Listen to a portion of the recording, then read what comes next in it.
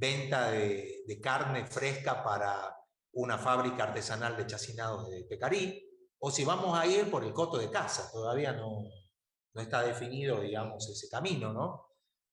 ¿Por qué? Porque ustedes habrán visto que hay una alta sensibilidad en el primer parcial, en el recuperatorio no tanto, pero en el primer parcial ustedes veían una alta sensibilidad de los indicadores de rentabilidad y la toma de decisión vinculada a la tasa de descuento utilizada para el cálculo del valor actualizado neto, ¿no? Entonces, bueno, ahí todavía no sabemos, pero ustedes ya intuyen cuáles van a ser los ingresos, ¿no? Los ingresos es la venta de un bien a una empresa y los efectos financieros que tienen que ver con estos ingresos. Lo primero que tenemos que preguntarnos es si la actividad y esos ingresos en particular, que son ingresos operativos, ¿están grabados o no? Si no están grabados es porque existe una decisión administrativa de la Agencia Federal de Ingresos Públicos y del Ministerio de Economía específicamente, donde se exime a la actividad por una política, digamos, de fomento de pagar tributos por los ingresos generados. Si no hay absolutamente ninguna información al respecto, todo ingreso operativo del proyecto, es decir, la venta del producto proteínico para la fábrica de chacinados artesanales o la generación de un servicio de coto de caza y la venta de un paquete turístico, incluido la cacería del animal, esos ambos ingresos están sujetos o objetos de tributación. Por lo tanto, son ingresos gravables, ¿no? Por lo tanto, son ingresos gravables. Este es un primer punto, un primer paso fundamental, ¿no? Entonces, identificados los ingresos, después ya lo vamos a ubicar donde corresponde. Ya vamos a ver el ejemplo de la producción de Jacón, ¿no? Que es no de Jacón, sino de Pacú, perdón. ¿De Pacú o...? Sí, algo de eso era. Ya lo vamos a ver enseguida. Vamos a identificar el ingreso, lo vamos a identificar como un ingreso gravable y van a aparecer al principio en el diagrama matricial o en la matriz financiera, van a aparecer en la parte superior donde vamos a incluir todos aquellos ingresos que están sujetos a gravamen. Primero, principal. Entonces, leer el escenario y identificar los ingresos. Ingresos operativos, ingresos gravables. En segundo lugar, ¿no? Esto obviamente cada uno de ustedes elegirá el camino más conveniente. En segundo lugar, tenemos que identificar las inversiones. En las inversiones va a haber un poquito más de trabajo. ¿Por qué? Porque en primer lugar hay que identificar las inversiones en activos fijos depreciables, ¿no? Eso vamos a hacer una primera discriminación. ¿Qué parte es depreciable y qué parte es no depreciable?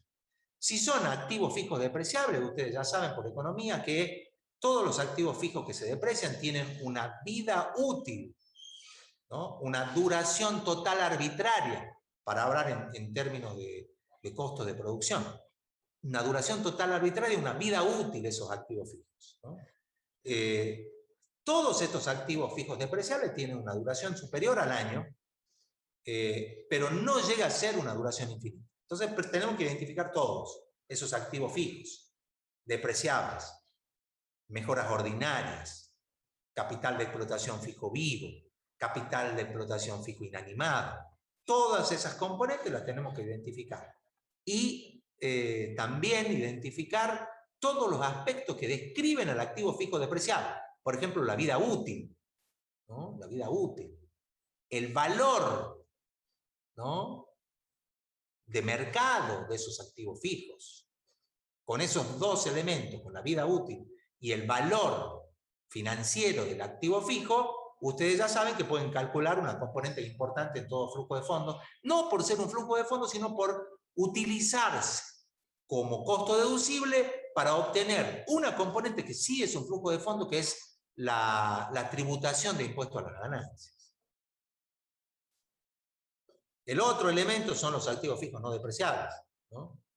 No vamos a olvidarnos de los activos fijos no depreciables, solamente porque son no depreciables, ¿no? Acá van a aparecer todos esos activos que por sus características duran infinitos actos productivos. Es decir, son activos fijos de duración futura probable infinita. La Tierra y sus mejoras extraordinarias, ¿no? Ahí van a aparecer.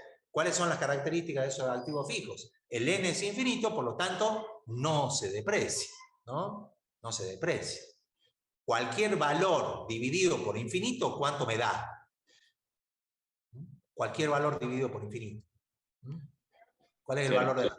Cero, ¿no? Cero. Entonces, no se deprecia. Ese es el sentido de estos activos fijos. Luego, acá sí tenemos que leer con mucha y prestarle mucha atención. Recuerden que los activos nominales, como habíamos dicho, son intangibles, ¿no? Pero hay activos nominales que sí se deprecian. ¿Por qué? Porque la política tributaria me autoriza a mí a utilizar los activos nominales, a depreciar activos nominales y a utilizar la depreciación de estos activos nominales como costos deducibles, ¿no? Esto es una decisión de tipo administrativa del organismo de aplicación de la política tributaria, que sería la Agencia Federal de Ingresos Públicos. Por lo tanto, esto tiene que ser data. Si aparece un activo nominal, a mí me tendrán que decir si ese activo nominal se deprecia y si esa depreciación puede ser utilizada como costo deducible, ¿no? Eso es información. Eso tienen que chequear, tienen que leer, tienen que analizar. ¿Qué significa que un activo nominal sea depreciable? Eso significa que tiene una vida útil.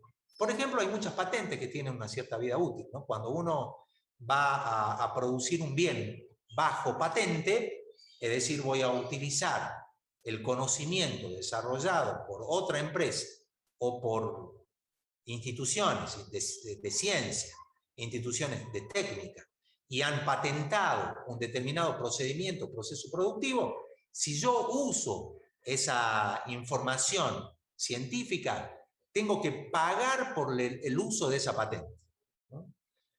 En muchos de los casos, esa patente tiene una duración, tiene un periodo de duración. Es decir, yo pago la patente por 5 años.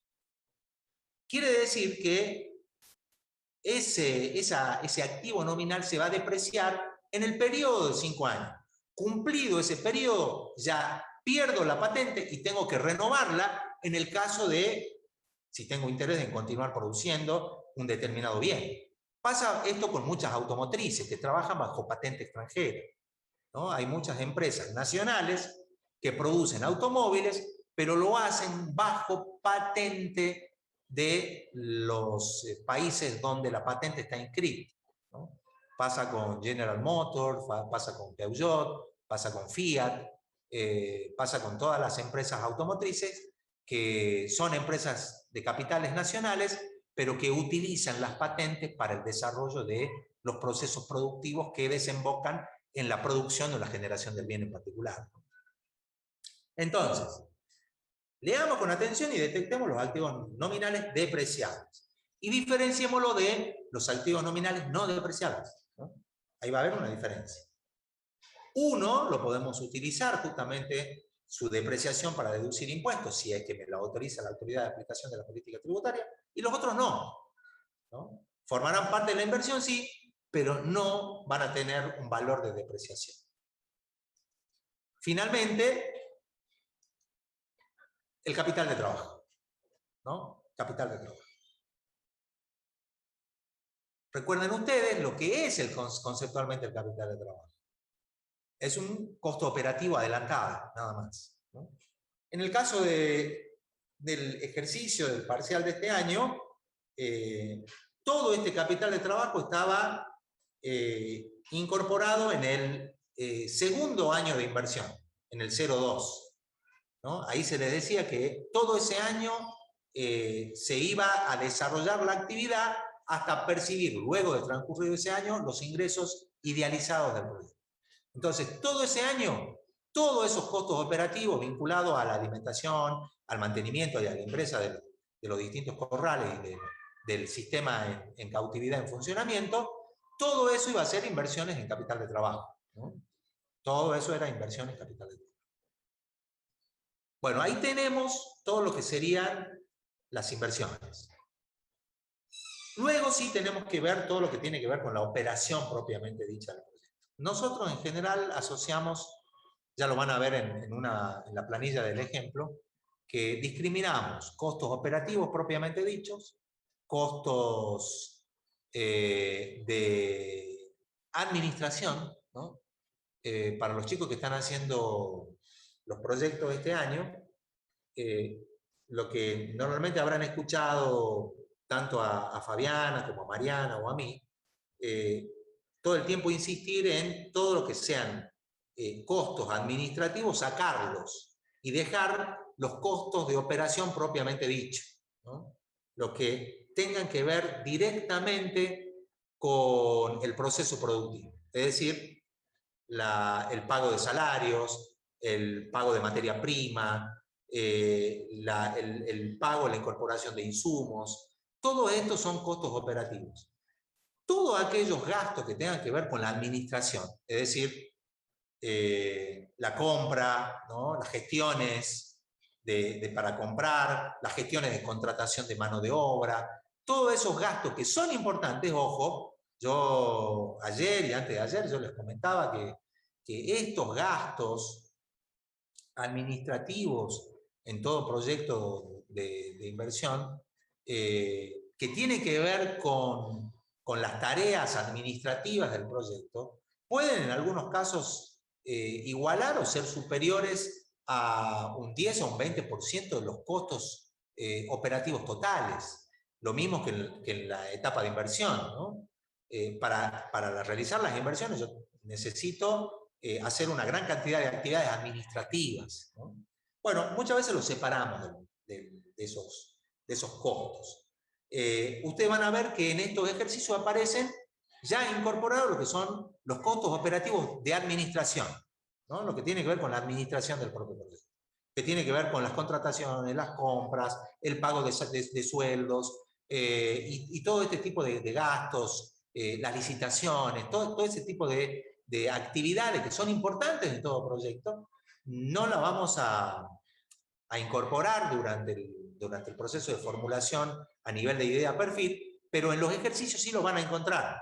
Y lo van a encontrar como un valor, que muchas veces aparece la figura del contador, del abogado, aparecen los gastos administrativos generales, ¿no? Como un porcentaje de la operación, ¿no? Aparecen ese tipo de información, así que hay que estar atentos. Entonces tenemos los gastos operativos propiamente dichos, los gastos de administración, y en algunos casos pueden aparecer gastos de comercialización, ¿no? Pueden aparecer costos del proceso de comercialización del producto, ¿no? Entonces, atente. En general, todos estos costos operativos, los propiamente dichos, los administrativos y los de comercialización, son costos deducibles, salvo que explícitamente se diga lo contrario. Es decir, que en el escenario me digan, este costo no tiene autorización para deducir de impuestos, ¿no? Tiene que estar explicitado. Si no hay ninguna referencia, la totalidad de los costos de operación del proyecto de inversión, la totalidad de los costos son costos operativos deducibles, ¿no? Entonces, lo vamos a ubicar inmediatamente después de los ingresos grabables, aparecerán la totalidad de los costos operativos deducibles, ¿no? Aparecerán todos los componentes de los costos deducibles del proyecto. Un elemento que no es un flujo de fondos, por eso tiene un tratamiento especial, ¿no? No es un flujo de fondos, por lo tanto tiene un tratamiento especial, es la depreciación. Saben ustedes que la depreciación es una componente que está representando en magnitudes monetarias la tasa de desgaste que tiene el capital a lo largo de su vida útil, ¿no? La forma en que va perdiendo valor. ¿Qué significa que un bien pierda valor? Significa que pierde capacidad de satisfacer necesidades. La depreciación refleja, desde una perspectiva económica, esa desvalorización del capital invertido. Desde un punto de vista contable, la depreciación es una previsión que realiza el proyecto para reunir los fondos o tomar una previsión anual para que al final de la vida útil del capital invertido podamos reponer a nuevo el capital, ¿no? Esa es la definición contable. A nosotros nos interesa más la definición de tipo económico. La depreciación es una expresión monetaria de la forma en que el capital pierde su valor en el tiempo, ¿no? Y ese valor de la depreciación, si se define depreciación anual, es la tasa de desvalorización del capital hasta llegar al horizonte de vida útil del bien, que puede o no coincidir con el horizonte de vida útil del proyecto. No confundamos la vida útil del bien o el horizonte de vida útil del bien con el horizonte del proyecto de inversión. La vida útil del bien puede ser superior, puede ser igual o puede ser inferior al horizonte del proyecto. Entonces, la depreciación, la que vamos a trabajar nosotros, es la más simple, que es la depreciación lineal.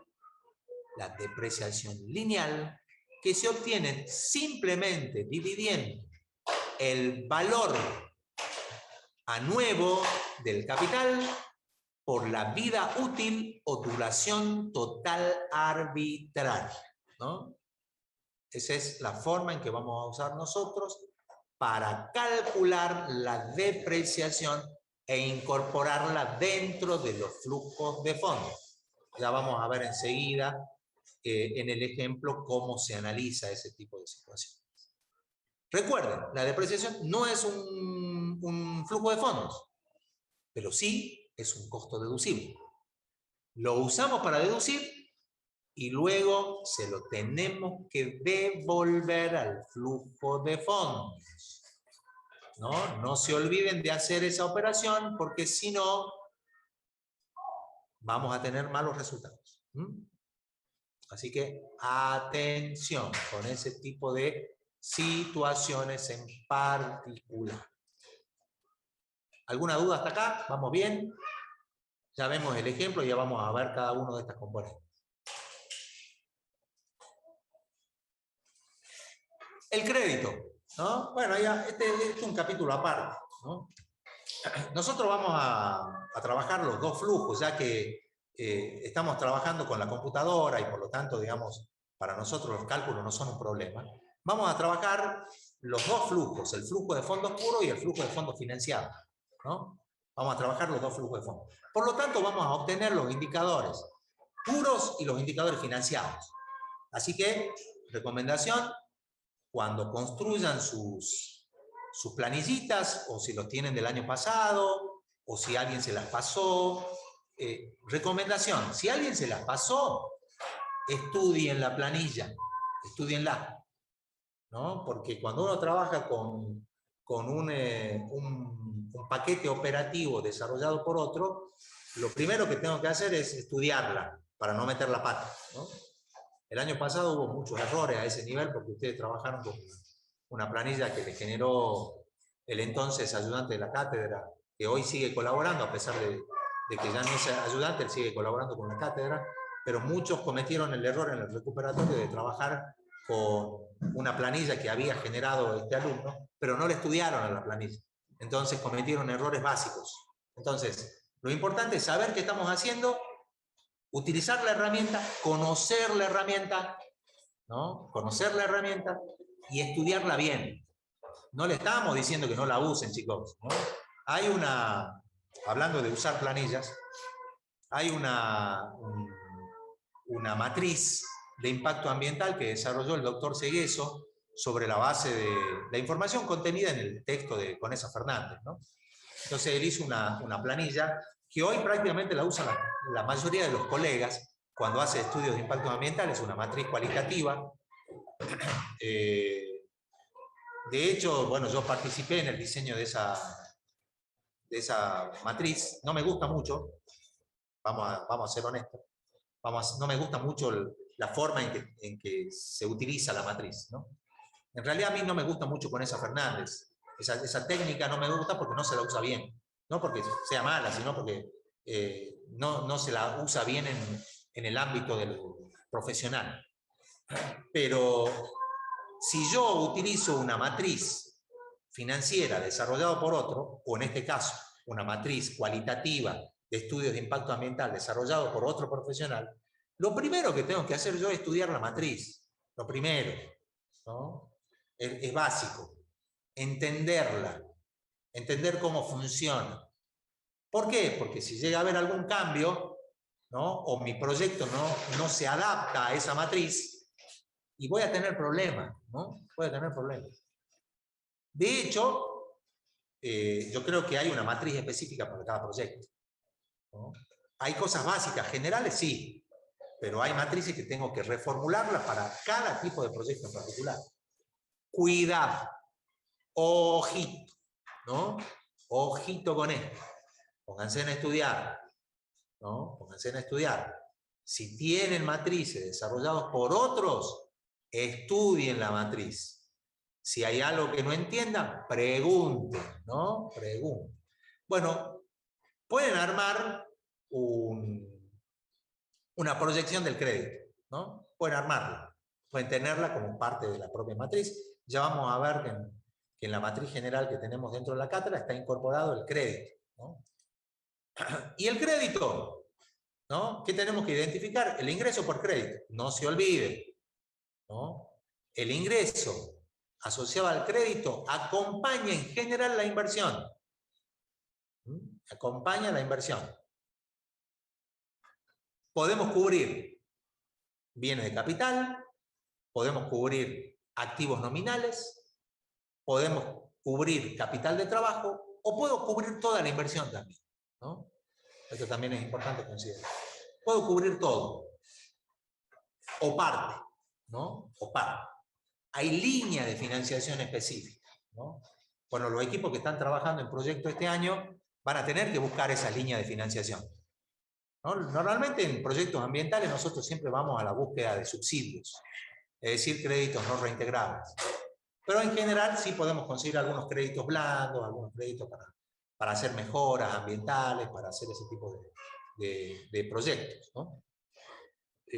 Hay en la zona norte, en las zonas hidrocarburíferas, hay en pleno proceso de desarrollo un proyecto de enriquecimiento con especies forestales nativas en las áreas de exploración y explotación hidrocarburífera para restauración ecológica de determinados sitios que tienen financiación internacional, ¿no? Por eso hay que saber buscar también financiación, ¿no?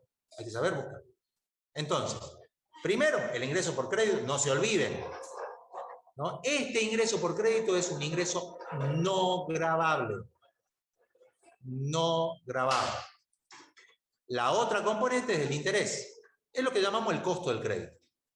Tiene que ver con la tasa de interés que me cobra a mí la entidad financiera que me está facilitando el crédito. La amortización, que es la devolución del principal o del capital que recibimos en conceptos de crédito, ¿no? Entonces, esta amortización, así como los ingresos son no gravables, la amortización es no deducible, mientras que el interés, según la legislación tributaria argentina, es un costo deducible. Deducible.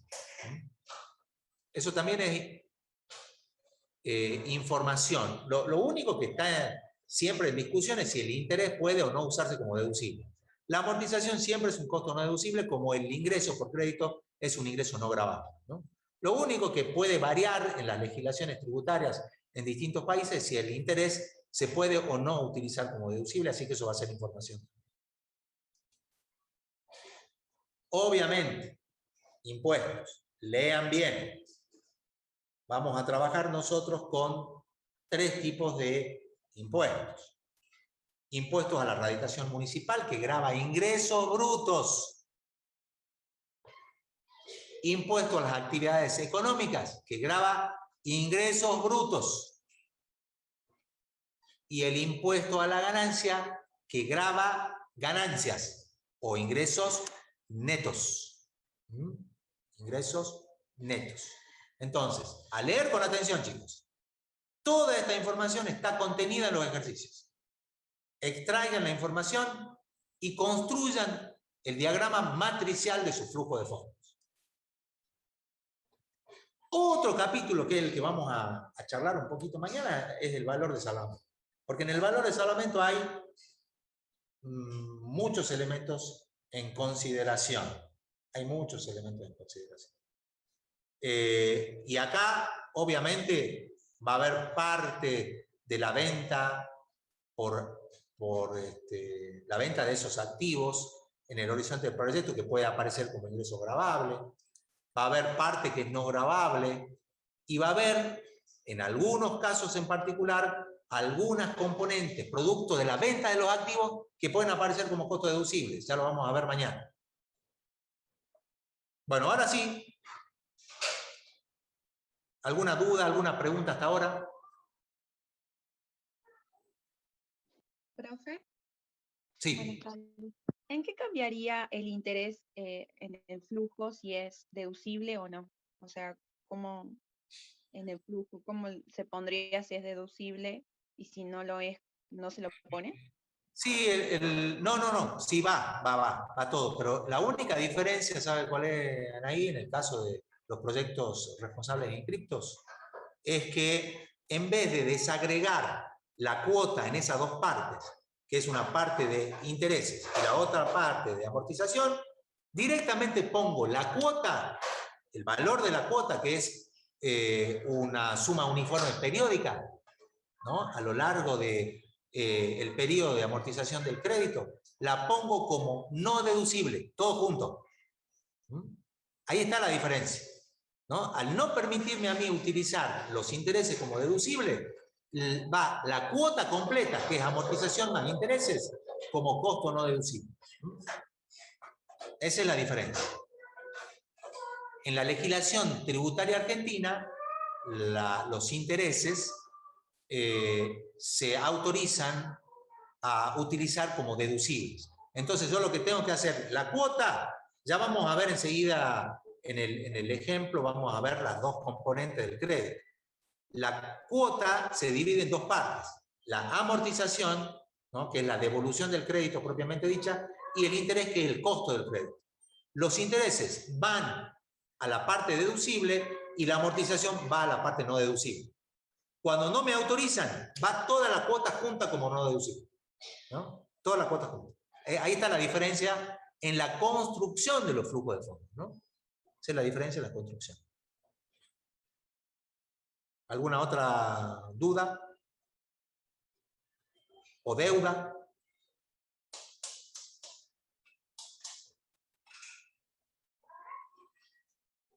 Si no hay dudas, pasamos al ejemplo. Ahora me fijo cuál es. Es el caso de PACU, ¿no? Así que vayan, es uno de los últimos ejercicios de financiera de la guía. Vayan a la guía, búsquenlo, es el ejercicio de PACU. Es el que vamos a ver hoy.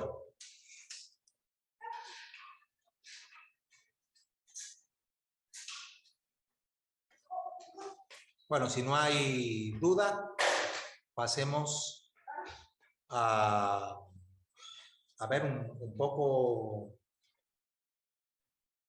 Nos tomamos unos minutos para que ustedes puedan leer el ejercicio. Esperamos. Son las 4:44. Para el que no lo haya leído, le damos unos 10 minutitos para una lectura veloz, una lectura rápida, para que vayan aprendiendo básicamente a identificar estas componentes que van a incorporarse en los flujos de fondos, ¿no? Y después vayan marcando en su guía, vayan analizando, vayan viendo, estén atentos con las preguntas y enseguida comenzamos a trabajar la planilla. Tienen la guía también, ¿no?, en la definición del multicriterio. Esto también, ¿no?, los estudios de mercado, yo les decía de los ingresos, ¿no? El precio de los bienes vendidos va a ser una componente importante a la hora de definir los ingresos del proyecto. Están los costos, fíjense acá, siempre atenti, ¿no?, a lo que son inversiones en bienes de capital, ¿no? Acá todos estos elementos son inversiones en bienes de capital, ¿no? Fíjense, todos tienen una vida útil, por lo tanto podemos decir que todos estos son bienes depreciables, ¿no? O sea, esta es una información importante. Son bienes depreciables. Significa que tienen una vida útil, productiva dentro del proyecto, ¿no?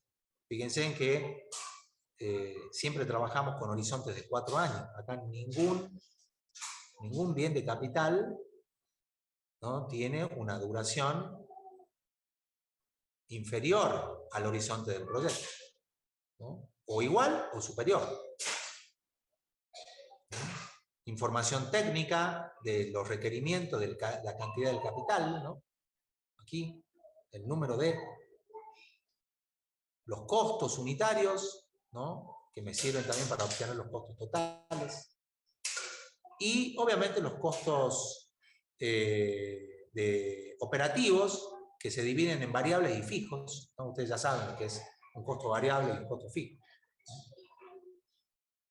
Y otros costos que aparecen en el texto.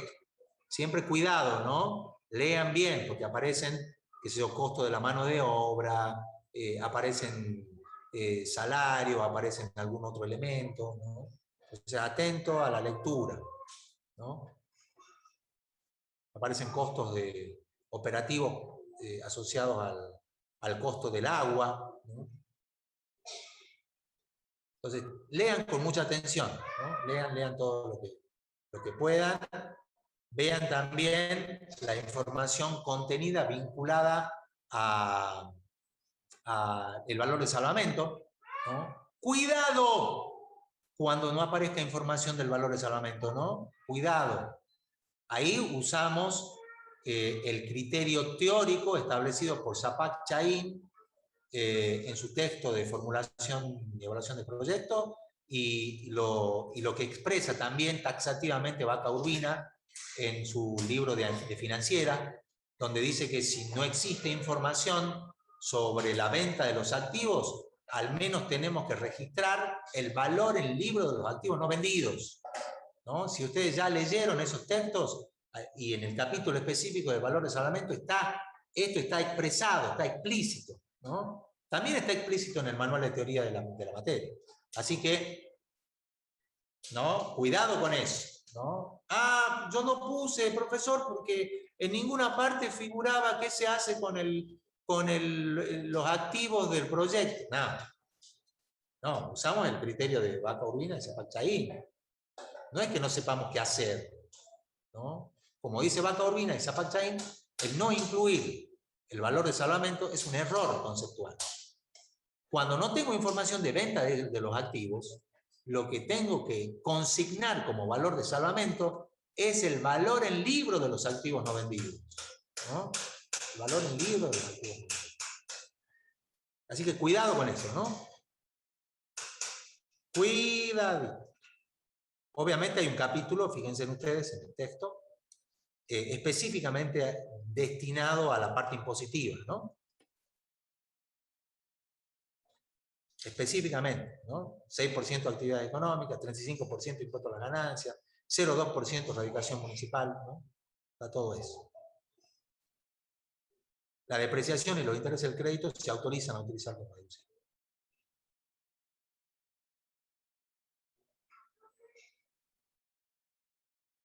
Bueno, terminen de leer, subrayen todo. Luego, antes de entrar a la planilla, este ejercicio era relativamente sencillo, ¿no? En realidad todos los ejercicios son sencillos. El tema es saber qué es lo que tengo que hacer. No es para nada complicado, es simplemente saber leer, sacar la información relevante, ordenar y sistematizar la información de los flujos financieros y calcular los indicadores. Nada más, y termina el ejercicio, ¿no? Es un ejercicio relativamente sencillo.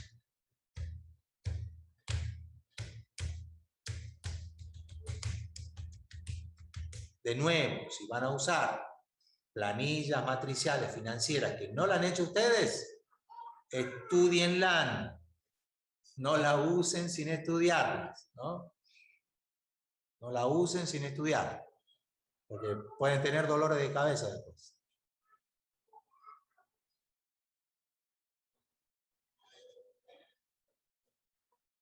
Siempre es bueno acortar caminos, ¿no? Pero siempre y cuando conozcamos bien el camino que estamos usando para acortar, ¿no? El trayecto. A veces nosotros nos metemos en un camino que nos dicen este camino es más corto, no conocemos el camino y nos terminamos perdiendo y estamos perdiendo tiempo, ¿no? Así que cuidado, cuidado.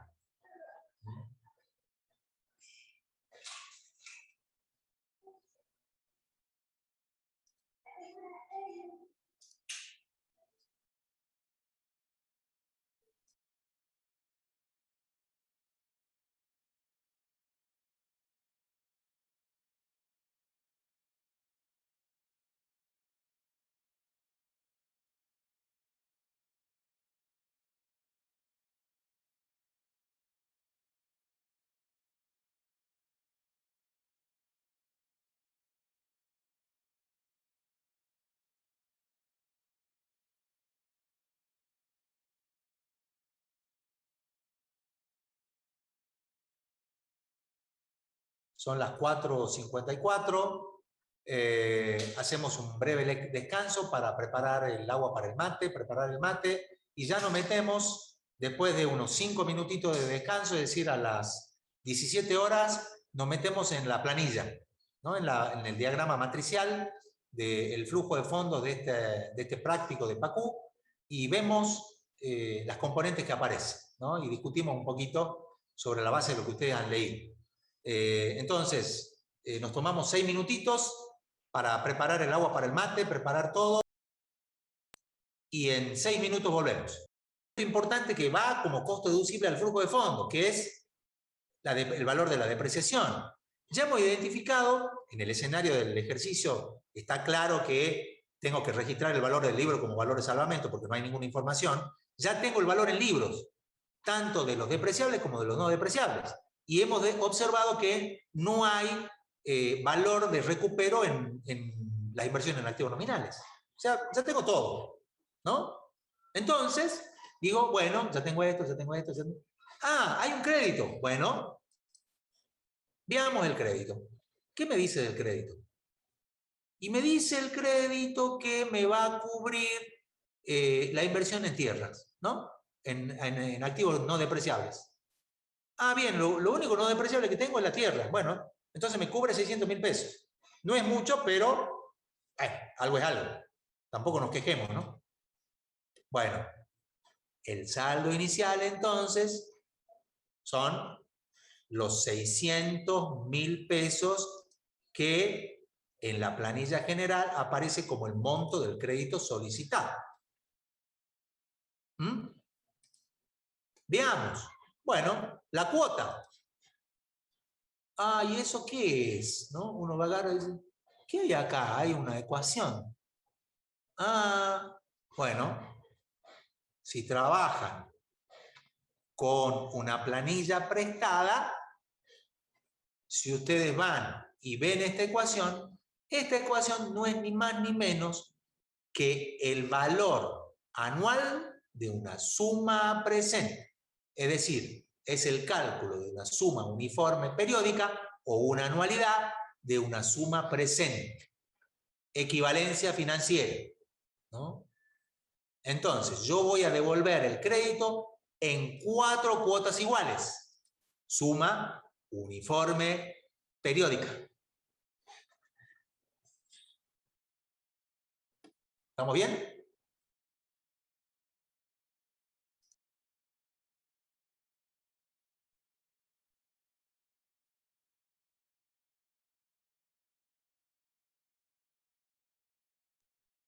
Está claro, ¿no es cierto?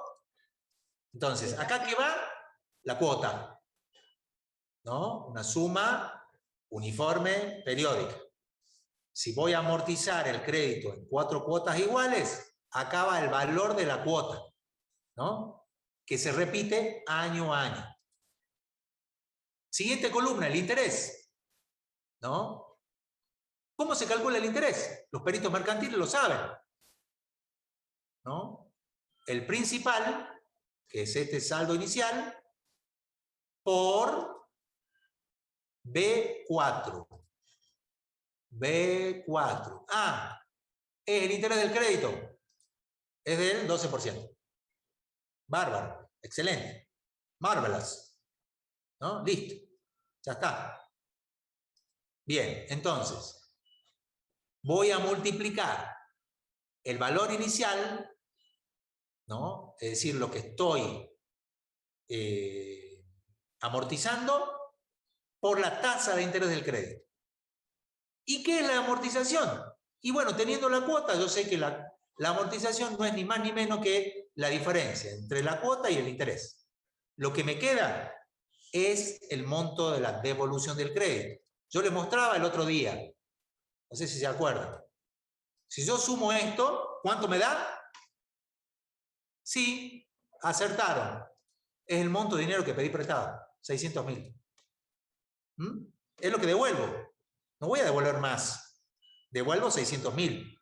Ahora, ¿es gratuito el crédito? No, no es gratuito. Porque yo tengo que pagar un costo por el crédito. El costo es esta columna. Estos son los intereses. Si ustedes ven, ustedes pueden describir este crédito. El crédito es a tasa fija, cuota fija, interés decreciente, amortización creciente. ¿No? Y ahí he logrado describir el crédito. Ya está. Si la planilla está bien hecha, el saldo final, una vez que amorticé el crédito, es 0. Es 0. Atenti. Si ustedes van a trabajar con una planilla prestada, discúlpenme que sea tan insistente, porque el año pasado se equivocaron justamente por eso. Porque trabajaron con una planilla prestada y no estudiaron la planilla. Entonces, estudien la planilla.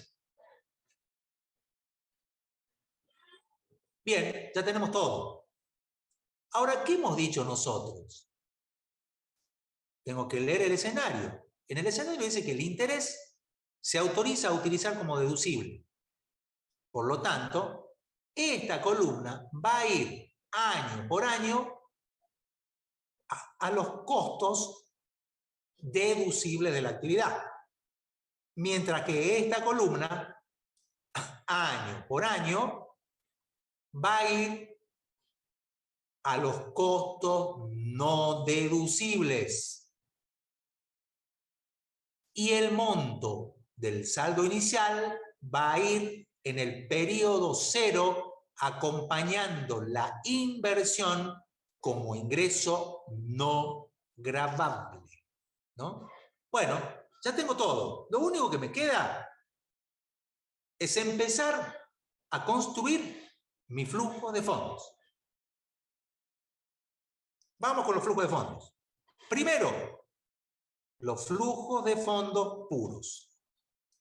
Primero, flujo de fondos puros.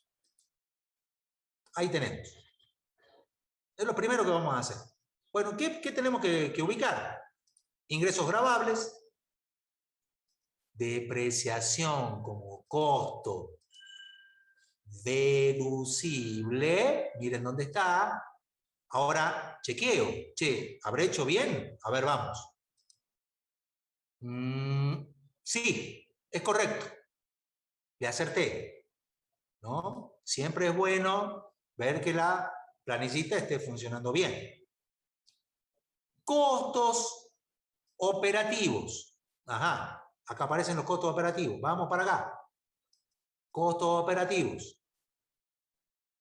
Ah, hemos puesto todo de un solo saque. Hemos puesto los 11 millones. Pero no era así la cosa.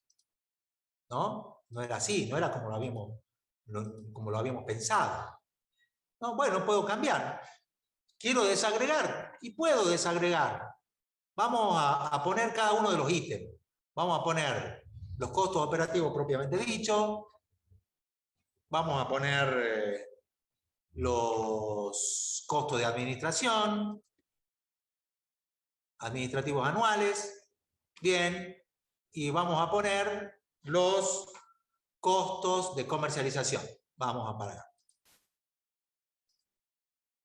Vamos con los costos de comercialización. Listo, ya está, ¿no? Ahí tengo los tres. Bien, entonces lo único que tenemos que hacer,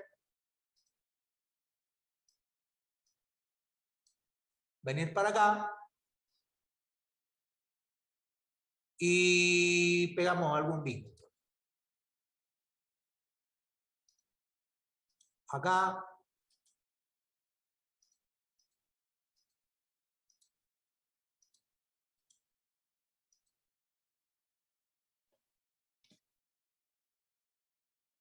Venimos para acá.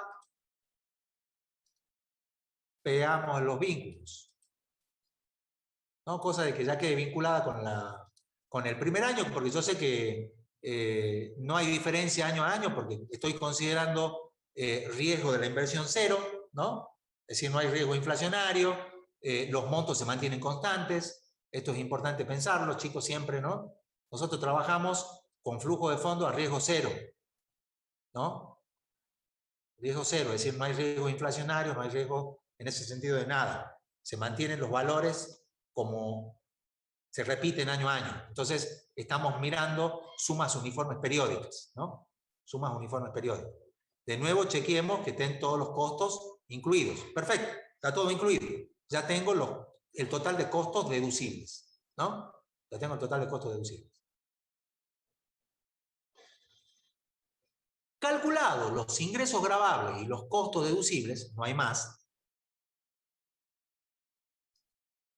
calculamos los beneficios netos gravables, que son la diferencia entre los ingresos y los costos deducibles. Bien, perfecto. Listo, ya tenemos mi beneficio neto gravable. Teniendo esto, ya tengo la parte impositiva para trabajar, ¿no? Habíamos visto que tenemos tres tipos de impuestos. Impuestos municipales, que es un porcentual de ingresos brutos. Tengo rentas brutas o como se lo denomina acá en la provincia, actividades económicas, ¿no? También es sobre ingresos brutos. Y finalmente, el impuesto a las ganancias. El impuesto a la ganancia. Si hay ganancias, chicos, ¿no? No me vayan a calcular impuesto a la ganancia sobre beneficio neto gravable negativo, ¿no? No me vayan a calcular. Si en alguno de los años se verifica un beneficio neto gravable negativo, el impuesto a la ganancia es cero, ¿no? Atención con esto. No me vayan a poner un valor de impuesto a la ganancia sobre una ganancia negativa, ¿no? Porque ahí es la debacle.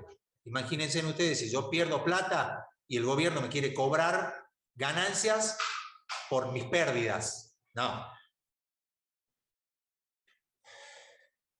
Bueno, hay muchas empresas que en pandemia mostraron estos resultados como negativos.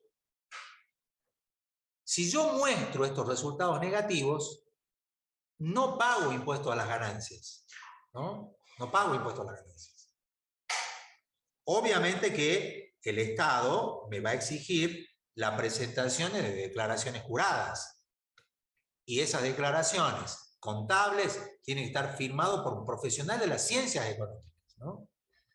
Es decir, tiene que ir firmado por un contador, los estados de resultado. Porque sobre esa base de información se estiman los impuestos a las ganancias que tienen que pagar las empresas. Así que, cuidado con eso, ¿no? Cuidado con eso. Si yo acá muestro un resultado negativo, no hay impuestos a las ganancias. Luego, ¿qué tenemos que hacer? Bueno, simplemente descontar a mi beneficio neto gravable todos los impuestos. Miren el impacto del impuesto. Miren el impacto del impuesto. ¿No? ¿Es importante o no? ¿Cómo lo ven? Antes de impuestos, 12 millones. Después, 6 millones. ¿Es impactante o no? Esto es lo que se quejan los empresarios. Dicen que hay una fuerte presión tributaria. ¿No? Una fuerte presión tributaria. Bueno, también hay una alta evasión, para ser honestos, ¿no? ¿Por qué? Porque esto viene de la facturación, ¿no? Este ingreso bruto que está acá viene de la facturación. Entonces, si yo estoy subfacturando, estoy mostrando menor ingreso, menor ganancia y por lo tanto pago menos impuesto a la ganancia, ¿no? ¿Se entiende la evasión en Argentina, no? Lo bueno de conocer los flujos de fondos es que uno también entiende por dónde viene la evasión. Gran parte de la evasión viene por subfacturación. La otra evasión viene por el sobredimensionamiento de, el valor de la depreciación. Es decir, mostrar un capital que no existe para aumentar el valor de la depreciación, ¿no? Esa es otra vía de evasión interesante. O incorporar acá costos deducibles que no existen, ¿no? Es decir, inflar costos deducibles. Bueno, no es para que le digan a su contador que lo haga, ¿no? El otro día escuchaba a un funcionario decir que gran parte de los contadores que se forman en las universidades nacionales públicas argentinas están entrenados para evadir, ¿no? Yo no creo que sea tan así. Hay profesionales buenos y malos en todas las áreas, ¿no? También tenemos buenos profesionales y malos profesionales en nuestra área. Bueno, es lógico. El tema es que los malos profesionales tienen que ser castigados de alguna manera, ¿no? Eso sí, coincide. Es decir, un contador que firma un estado contable falaz tiene que recibir una pena, un castigo. Un profesional del ambiente que forma o firma un estudio de impacto ambiental incorrecto o inadecuado o ocultando información tiene que ser sancionado también. De hecho, la ley 70 lo prevé en sus artículos reglamentarios, diciendo que el profesional o los profesionales que intervienen en los estudios de impacto ambiental y social son solidariamente responsables con el proyecto. Es decir, si ustedes falsean alguna información o documentación, son responsables junto al responsable del emprendimiento por los daños que sobre el ambiente pudiera ocasionar el proyecto de inversión, por falseamiento de información o ocultar información, ¿no? Así que cuidado con hacer malas cosas, ¿no? Atenti también ahí.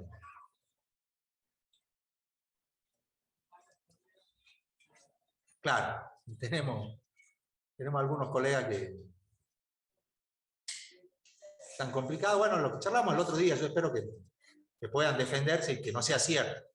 Si es cierto, y bueno, que les caiga todo el peso de la ley por haber hecho las cosas mal, ¿no? Incluso comprometiendo el ambiente, que es lo peor de todo, ¿no? Y comprometiendo la salud pública, que es peor todavía. Entonces yo espero que no sea cierto, y si es cierto, que le caiga todo, absolutamente todo el peso de la ley, todo. Mientras más pesada sea la ley, mejor.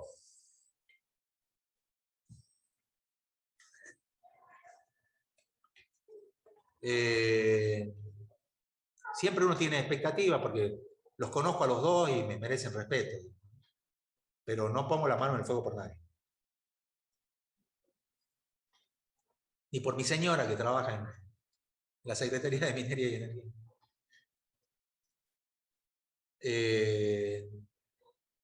Bien, ¿no? Recuerden, una vez que ya tengo todo esto y calculado los beneficios luego de impuestos, tenemos que agregar lo que nos queda. Por un lado, devolver la depreciación y agregar el costo no deducible más importante, que es el costo de inversión. Recuerden no olvidar poner como ingreso no gravable el valor de salvamento. Si ustedes se fijan acá, dice 8.993.000. A ver, chequeemos. Se debería hacer la suma de este valor más este valor. A ver, veamos. Correcto. Está bien, ¿no? Siempre chequeen. Una vez que tengan todo armado, hagan una revisión final, ¿no? Antes de entrar a contestar las consignas, ¿no? Esto lo tienen que tener armado antes de entrar a responder las consignas, ¿no? Les puede llevar una horita armarlo. Después tienen 3 horas para contestar las consignas, así que les sobra tiempo, chicos, para revisar, corregir, analizar. Es más, estoy pensando en darle menos tiempo. No sé qué opinan ustedes. En vez de darle 3 horas, darle solamente 1 hora para responder. ¿Qué les parece? No, profe, por favor. Bueno, solamente 5 han reaccionado. Bueno, 7 ahora. Veamos. Bueno, no. No, dice Rocío tampoco. Bueno. A Florencia se le rompió el corazón. Serapio dice no, por favor. Dana Carabajal. Álvaro también dice no, por favor. Bueno, Melissa dice negativo, negativo. Bueno, está bien. Ya está, suficiente. Me han convencido. Vamos a darle las 3 horas. Igual me parece mucho, ¿no? Pero bueno. Como hemos acordado aquí, si bien no hay nada escrito, no hay nada, yo cumplo mi palabra. Después entran a resolver y tienen 1 hora nomás, ya me imagino la hecatombe, ¿no? Bueno, volviendo a los flujos de fondos, miren, ¿no? Ya tengo los flujos de fondos puros. Obviamente la carga del peso de la inversión y el resto de los periodos. Fíjense en cómo mejora el valor del excedente, del flujo neto en el año 4, que es el horizonte, producto de la incorporación del valor de salvamento, ¿no? Miren cómo mejora. Se fue para arriba, ¿no? Esto mejora los indicadores de rentabilidad, chicos. Si yo no lo pongo, los indicadores caen, ¿no? Si lo agrego, mejoran los indicadores. La otra es los flujos de fondos financiados, ¿no? Ya lo habíamos visto. Chequeen que esta columnita de los intereses estén incluidos acá. Fíjense, intereses decrecientes. 72.000, 56.000, 40.000, 21.000. Chequeemos si es cierto. 72, 56, 40, 21. Perfecto. Costo deducible. Es lo único que cambia. Además cambia el valor de la amortización del crédito. 125, 140, 157, 176. Chequeemos. 125, 140, 157, 176. Perfecto. Hasta acá, todo bien. En el periodo 0 de inversión, aparece el ingreso por crédito que acompaña la inversión inicial. Acompaña la inversión inicial.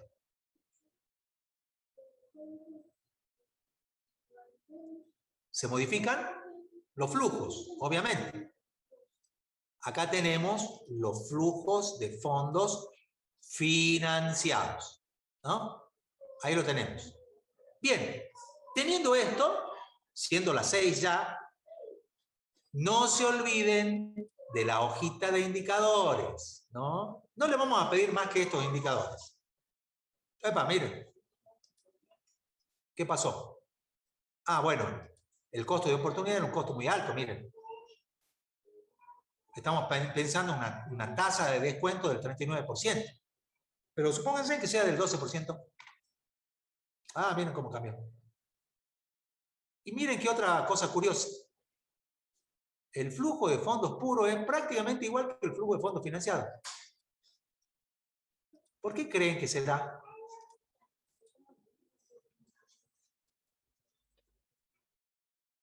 ¿Tienen alguna idea o no?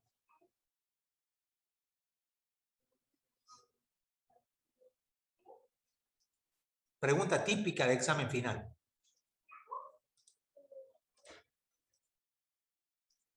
¿Cuándo se puede dar el caso que el flujo de fondos puros y el flujo de fondos financieros sean muy parecidos, casi iguales? ¿Cuándo se puede dar ese tipo de situaciones en particular? Y fíjense, la tasa interna de retorno de un flujo de fondos puros es muy parecida al flujo de fondos financiados.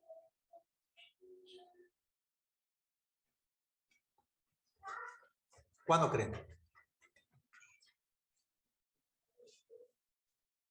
Ah, nadie contesta, ¿no? Bueno, a estudiar entonces. Son las 6:02. Abrimos un poco el chat unos segunditos, porque ya estamos sobre la hora, y yo sé que muchos tienen cosas que hacer. ¿Alguna pregunta que haya quedado? No la pregunta que le acabo de hacer yo. No la pregunta que le acabo de hacer. ¿Puedo responder a esa pregunta? Sí, por supuesto, Paola. ¿Puede ser porque el interés del préstamo es igual ¿A qué? a la tasa esa que al costo de oportunidad? Muy bien, Paola. Excelente. Tiene 0.001 punto a favor para el examen de financiero. Excelente. Gracias. Es correcto, es así, ¿no? Esa era la respuesta. Bueno, chicos, ¿alguna pregunta que haya quedado en el tintero? ¿Algo para...? ¿Que les quedó claro cómo se trabaja en financiera? Eso es lo que más me interesa. ¿Les quedó claro? Sí, profe. Bueno, Ahora. gracias por contestar, Eleonora. Ya me estaba preocupando. Profe, ¿a qué hora es la teoría mañana? A la hora que ustedes tenían las consultas con Fabi, creo que era a las 10. No. No sé si 9:30, si no, le paso por Classroom. La hora y el enlace está en Classroom también, ¿no? El enlace para... o no está en... por la duda, por vía Classroom repaso el enlace para mañana y la hora para mañana, ¿no? No es obligatorio, el que quiera participar puede participar, el que no, no hay problema, si tienen otras actividades no hay drama. Vamos a grabar la clase de mañana también, así que no se preocupen, ¿no? Y después se la subimos al Classroom. Bueno, chicos y chicas,